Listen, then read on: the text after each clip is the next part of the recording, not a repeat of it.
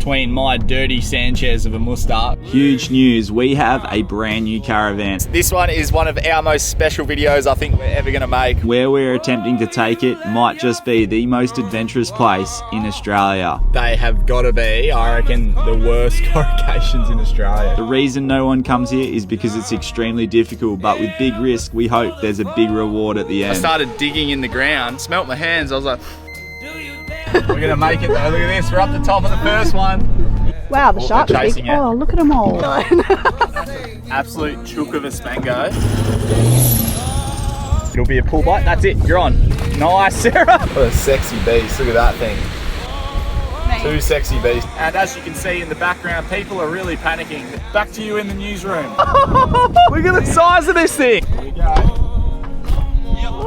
This bucket list trip turns into a disaster with broken gear, rookie mistakes, and even a fatality. Currently, like helicopters and planes around looking for this guy. It's just heartbreaking, horrendous.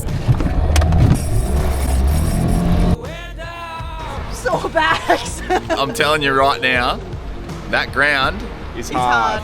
Not sponsored.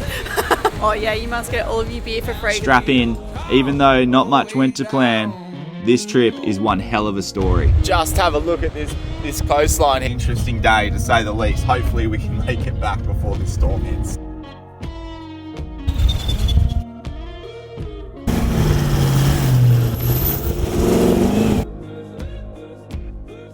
Right down to the wire.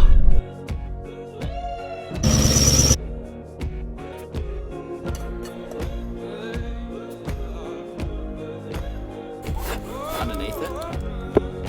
And so it looks like we're sleeping on the ground. So I just don't want anyone to see waste their money. Welcome back to another episode, guys. This is an absolute bucket list video for us. It's something we've wanted to do for the past 6 years and we've never done it, so we're super excited. We've been traveling for a long time now, and the reason we have never done this is because we've never had time to really do it properly. So I think 2021 we'll here last. Yeah, and we've driven past where we're staying, and I remember driving past and being like, wow, next time we're here, we have to stay there. We come back. Well, that's right. And 2021, we had a different car and a different van. And while we're on caravans too, we aren't towing the SKT Signature Series anymore. We have a brand new van to show you guys. And there's a lot to say about this. So let's take it back a little bit from when we picked up this new van. And we're going to explain the when, what, why, and how. Rightio, so we've locked in the destination, we know where we're going, and it's something that we've wanted to do for the last 5 years. It's arguably one of the most adventurous places you can drag any trailer. In fact, I'm not even sure if we're going to make it in with a trailer. Here comes the big issue. We've sold our SKT van and we're currently waiting on our new one to arrive. So we're in this weird limbo stage where we don't currently have a caravan, and where we're wanting to go, we're going to be out there off-grid for a whole month. And to get there is going to be incredibly hard, and it's something that is not necessarily done too often, and it's slightly frowned upon because of how hard the track is to drag a trailer in there. So I've pulled a string. I needed to find a lone van, something in between our vans while we wait, that was extremely capable, and it was proven to be incredibly good off-road. It's proven strong and tough. There were the few requisites that we needed, and it needed to be off-grid capable.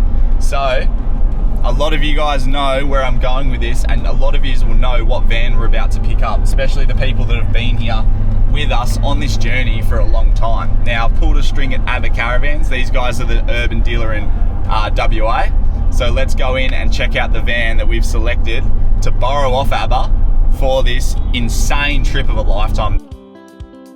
The Ragdoll is officially out of the bag, and we have picked up an urban Armalite, which we have history with. We towed one of these things around Australia, and we know it can handle the abuse and keep us off-grid out there on that beach for a whole month. We're not going to put socks on centipedes today. We are taking this new caravan to a place that is very scary. I've been losing sleep about this, and it's not guaranteed we're going to make it there. It's very, very scary. Leroy shakedown. We've done a lot of work to the car. It's time to give it a shakedown from hell. Make sure everything's good, and hopefully nothing goes wrong. Guess what, guys? I forgot my deflators. So take things for granted. You don't realise how good deflators are, the automatic ones, until you bloody forget them. But we're not right back to the stick days. No, I was about to grab a stick, and I remember I had this, so How good? So we've confirmed the van, but those of you with a keen eye will know exactly where we are planning to go, and that is Shelter Bay camping right at Steep Point, and over 11 hours drive to the nearest hospital. It is pretty remote.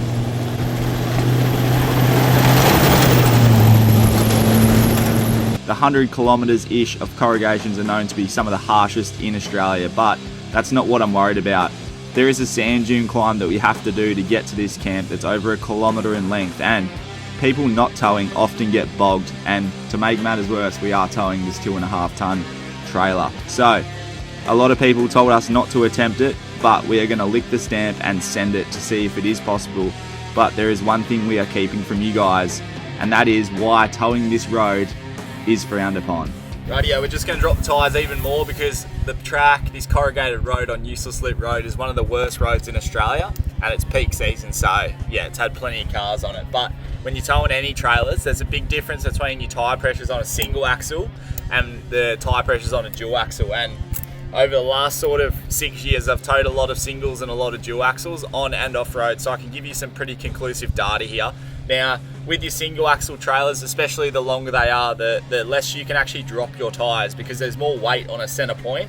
I run into a lot of people running dual axle or tandem axle pressures on single axle trailers, so I'm going to drop these down to about 30 pounds. And on a dual axle, I normally, if we're doing Arnhem Road or something, on a 3.5 tonne van, I normally go to about 20 pound in my tandem axle trailers. When it comes to the off-roading aspect of caravans, you would think that a single axle trailer being lighter would be a lot better off-road, but they're actually not, because when you drop the tyre pressures on these, you've only got one centre point to elongate the tyres by dropping the pressure. So you've only got a little bit of surface area here, but with a dual axle van, you're doubling your surface area, which means the vans actually float on top of the sand a lot more.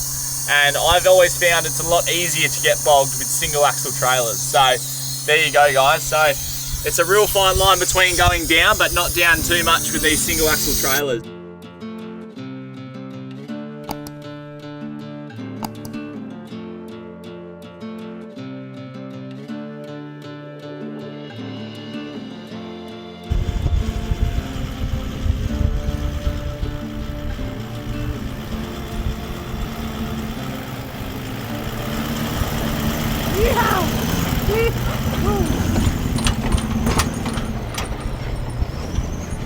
They have got to be, I reckon, the worst corrugations in Australia, surely. Is that the worst corrugations you've ever seen? Very bumpy. That's up there anyway. Yeah. I would agree with that. Because you can't even go fast. That's the issue, is that you can't even skip along them. Everyone's like, just go faster, but literally there's corrugations out there. It'll literally destroy your caravan within 100 metres of trying to go fast on this, and your car. Okay, I've had some thinking time, and this is now top 2 worst roads. It's up there with Mitchell Falls, Columbro Road. It's so bad. It's not our van, so we can't really destroy it. And to be honest, I wouldn't even be going fast with our current van. Like, it's, even though it's on air, this one's not on airbag, so it's on springs, so it's really feeling the brunt of all these. New Superior shocks of, like, you can adjust how fast the rebound is, so I've turned everything right down so it's nice and soft. So that's one thing that's going for us. And the other thing is the van's only 2 metre track width, so it fits behind the car really well. So yeah, the worst road in Australia currently that we've been on the last 6 years. How many Ks are we going? Less than 10. And it is brutal. And we've got still. like 40 Ks to go. Look at this, just have a look. This is mental. Rightio, another little tip from the locals we got was you'll see puddles on the way out here. These are all salt flats. So if you can see in front of me here, like, there's no way around this really, but if you need to try to avoid going through any of this water stuff, it's really, really corrosive. So if you're gonna go through it, go really slow. Don't get it on your paint, because it's like salt water on steroids apparently. Yeah, and obviously we're going off grid for like a month almost, so there's no way we can use water to wash the car. So yeah, go nice and slow, keep it off your paint. This is the Gatekeeper, a kilometre-long sand dune climb that bogs people even not towing. And a lot of people know this track that have been here will know it's famous for soft sands. My anxiety levels are through the roof because potentially we have driven literally 2 days to get here. And yeah, if we can't make it over this hill, we are not getting to our destination. So there's a lot of pressure riding on this situation. And to make matters worse, it's a single lane track that you cannot turn around on. So once you commit, you are committed. With all them extra ponies under Leroy's bonnet, we've got 2 Landcruisers under the bonnet now, so hopefully with that power we can make it through this obstacle. Rightio, the van tyres are probably as low as I want to put them because they're like real close to rolling off the bead. So long story long, we are at the gateway to the steep point area. Huge sand dune climb that you've got to do to go past the sign. It says 20 PSI maximum, which is what I'm pretty much at now, but I can't go much lower. But they've got their own UHF channel for this hill, 12. You can get an idea of how steep this is, hopefully on Sarah's angle. This is not the main hill either. There's about 2 kilometers of hill climb here. And this is what I've been losing sleep over. Towing a big camper trailer up this steep ass hill. So anyway, let's see if we can make it. Fingers crossed. Car and trailer heading up towards Steep Point northbound. Hell yeah. That sounded professional, didn't it? He overthought that for like 5 minutes beforehand. Oscar Tango, Alpha Bravo. We got a bloody far out. If they get bogged in front of us, we're absolutely screwed. Now, another secret weapon we've got on the Leroy build is now we have a rear diff lock, an E-locker put in. So that is gonna hopefully come in handy here. Wow, she's a bit bumpy and lumpy. If you guys could see a heart rate monitor on the screen, it would be up there right now because Yeah, come and say. it says 85, but it feels a lot, must be blood pressure. Blood pressure's definitely up. Now I grew this mow to hopefully get a bit of wisdom. And I think the only thing the mow's doing is confirming what I look like, and that is now I don't only seem like a dickhead, I am looking like a dickhead. Alright, here's the first hill. Rightio, this is the first little hill.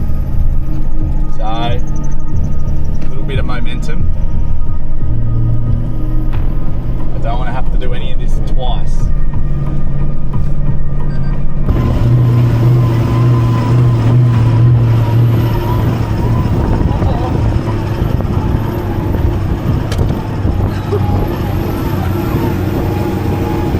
She's a bit bumpy.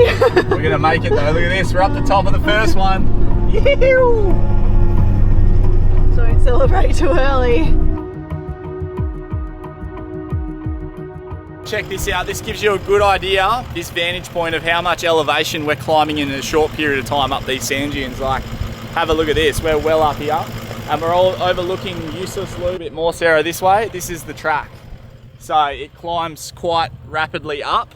And this is the bit that I'm actually worried about. So let's launch the drone and make sure no one's coming up the other way. Righty, I got my buttons pushed, and if you haven't towed much off-road, one of the biggest tips I can give you is turning your traction control off. So to do that for me, I've just got to hold it down for about 5 seconds and then 2 lights come on my dash.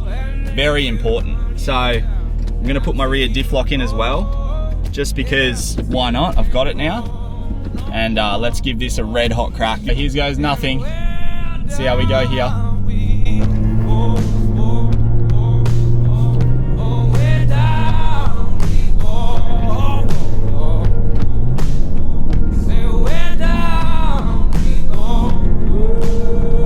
Alright, we're going alright.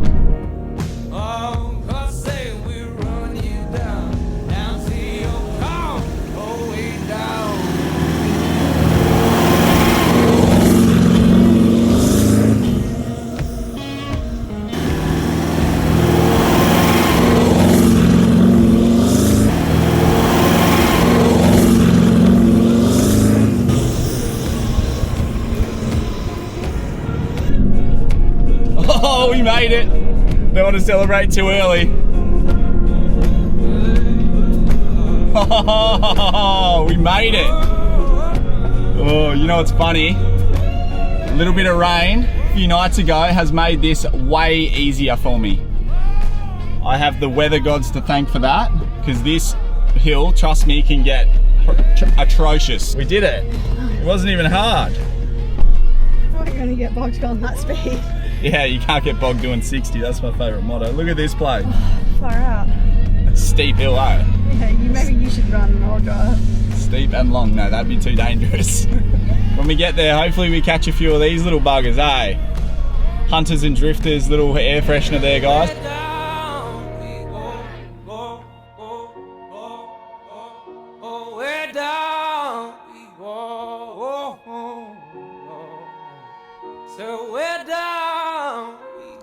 We officially made it over the gatekeeper, and on the home stretch we could smell the coral trout that we're about to catch, but we were about to stumble upon a tragedy that has just occurred, and this should send the shivers up anyone's spine.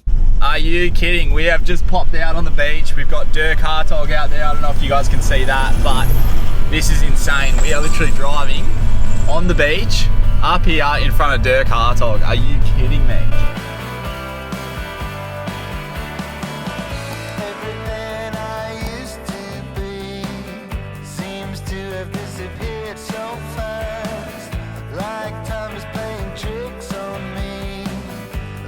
Present now is my past, so lost in a familiar place, while everybody's moving on, and I try to keep up with the pace, but I don't know what's going on, and it feels like I'm running backwards all the time. It feels like I Tell you what, wait until you guys see this spot. There's going to be an epic contrast between my dirty Sanchez of a moustache and just how pristine this spot is. It's going to set the scene nicely, and we're just pulling up now. I cannot believe we got it in. That rain helped us so much because it was going to be a proper fight. But wait until you see this spot. It doesn't get any more beachfront than this. And yeah, I just cannot believe that we're literally going to be on this beach for the next 3 to 4 weeks.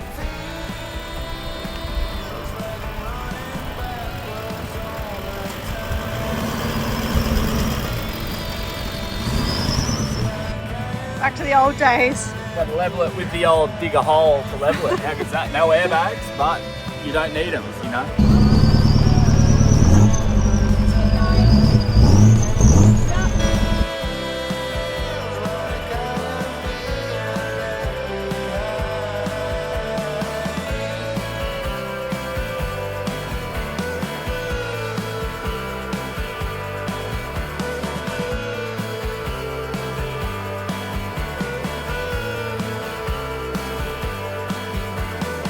What a ripper camp spot. Is this one of the coolest places you've ever seen a caravan pulled up on the beach? And I just jumped in the water for the first time since I did my knee, and she's still a little bit tender doing the old frog kick, but it's coming good. But anyway, this spot is insane. We're about to have some lunch. Sarah's made some wraps, and you're probably wondering, Keelan, why the heck is your boat still on your roof? Well, secret is coming out of the bag in 3, 2, 1.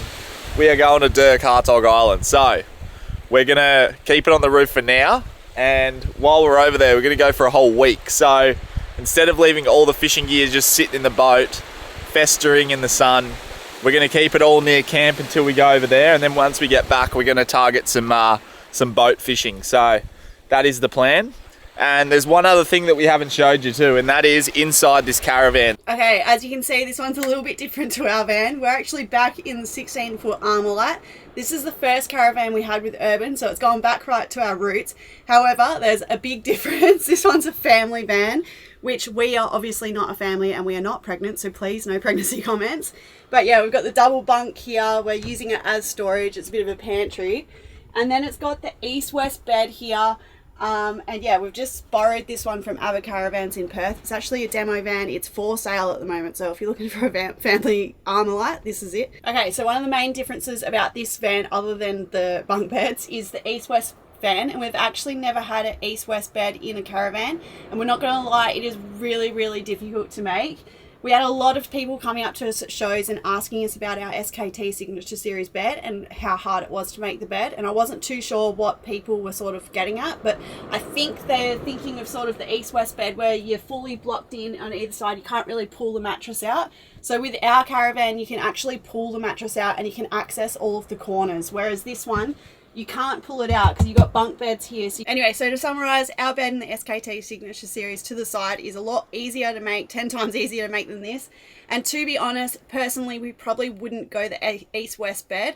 We understand that in this situation, you've got to compromise and you haven't got a lot of space, so it does make sense. But yeah, for us personally, it's not really our choice. See, it's got a huge couch here, big enough for a family, and this actually folds up so you can have like family seating. And then here we've got our little kitchen, back to the old days, shower and toilet, and it's also got a massive outdoor kitchen. So I think for most of the trip we'll be cooking outside, hopefully cooking a lot of fish, but we'll see. Now, it's not all sunshine, rainbows and unicorns though. The rangers just pulled up and alerted us that a man has gone missing. Now, although this drone shot here looks incredibly beautiful, there is a real sinister side to Steep Point, and Mother Nature doesn't discriminate.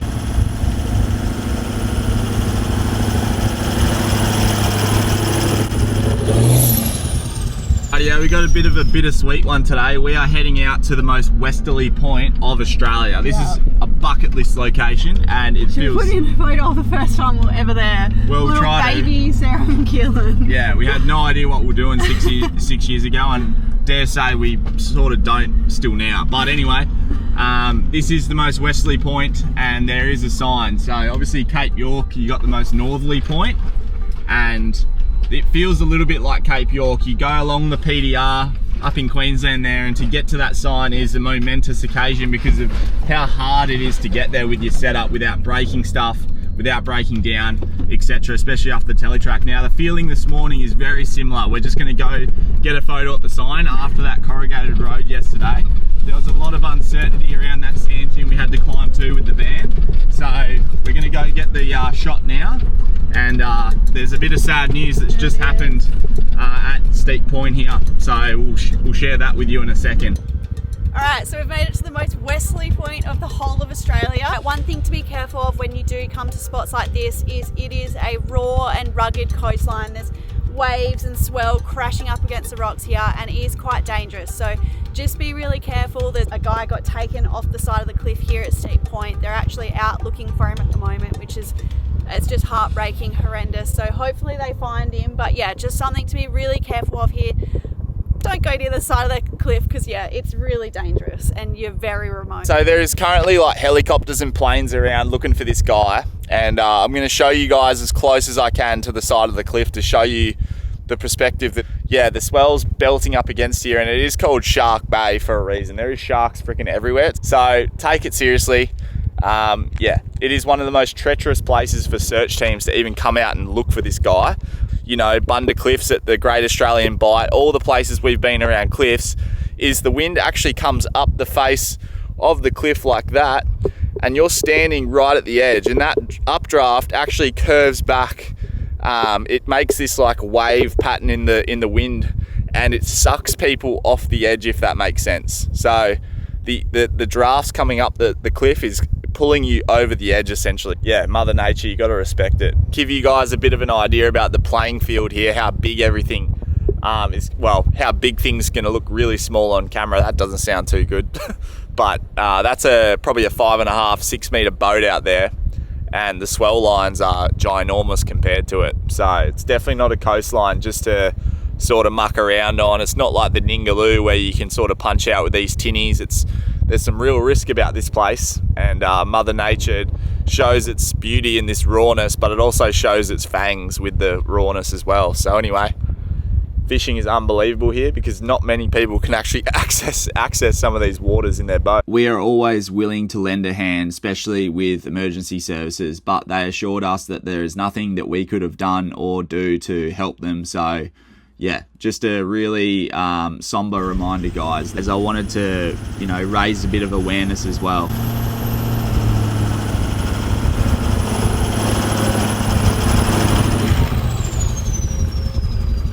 Radio, if you're coming to Steep Point, I strongly suggest you go towards something called NOR6.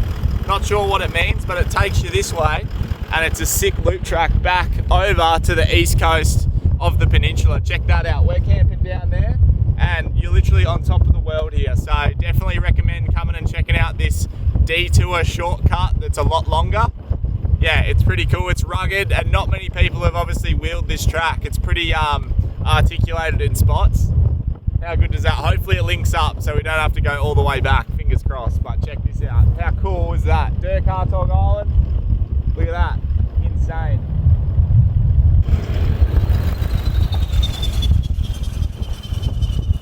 Car is looking phenomenal with the bigger lift. Obviously the bar work's changed. The performance side of things has been amazing, but one thing that I cannot get used to still, it just sounds so sick, is the turbo whistle. Have a listen to this when you speed up just at low revs.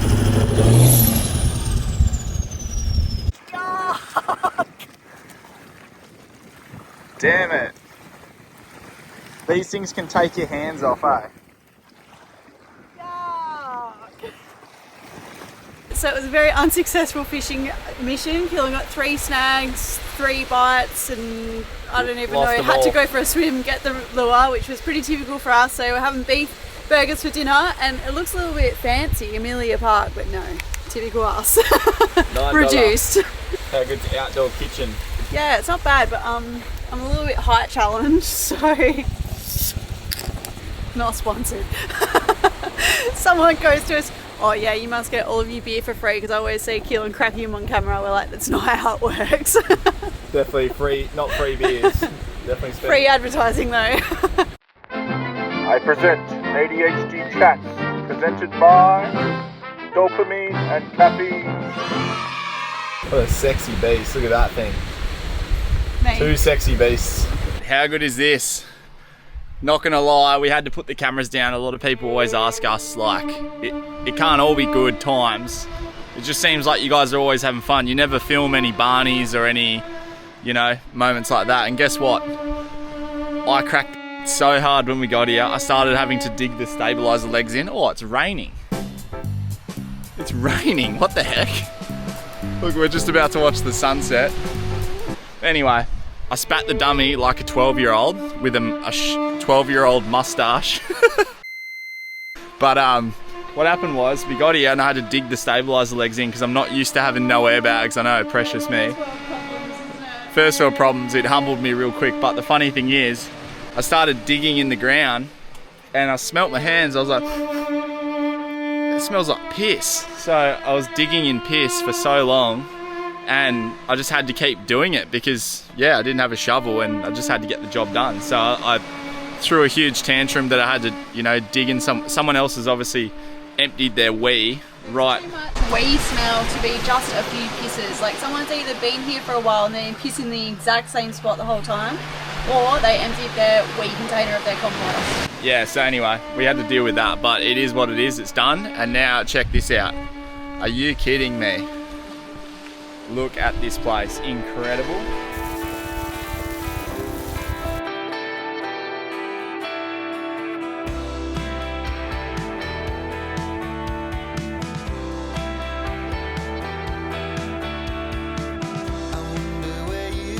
Alright, we've got the slightly smaller kitchen, but we're making do. Look at that. Now look, there's no way I'm going to eat 2 burgers. But What the hell, Keelan they're will probably massive. eat 3. So. Look at that. Are you kidding? What's that? Our fridge accidentally froze a bit of our fresh food, so we sort of just got to eat this slaw ASAP. So I had no choice but to make all the burgers tonight. Looks like is it Matt Preston made that cravat? What's that? Matt Preston from MasterChef. I thought you were saying Mac Preston. No, look at this. Wow, cuz. Now, if you're still with us this far, I'd really appreciate it if you could like and subscribe to this video. It just means you're not going to miss out on next week's video. It's completely free to do, and it's the best way you guys can support us and keep these videos rolling. Now, they call it Shark Bay for a reason. Now, how many sharks can you guys count in this drone shot right here? Now, after doing my research on Shelter Bay Steep Point, I found a lot of YouTube channels were promoting towing big trailers into Shelter Bay and not explaining the rules and regulations properly. To get the facts straight, and I've spoken to the rangers about this, you are not allowed to tow a full-size caravan into Shelter Bay Steep Point. The ranger can fine you, and if you bog on that hill and destroy the track and make people late for their ferry because it's one way in, one way out, they can dish out fines. So please do not do that. But you are allowed to tow hybrid camper trailer caravans out here as long as they are smaller than the one we have. We spoke to the rangers about this 16-foot hybrid and they said that is right on the limit, and the same thing applies for boats as well. Next week we have a cracker video for you guys lined up, and here's a little spoiler: absolutely nothing goes to plan, and our trip of a lifetime is definitely a memorable one for the wrong reasons.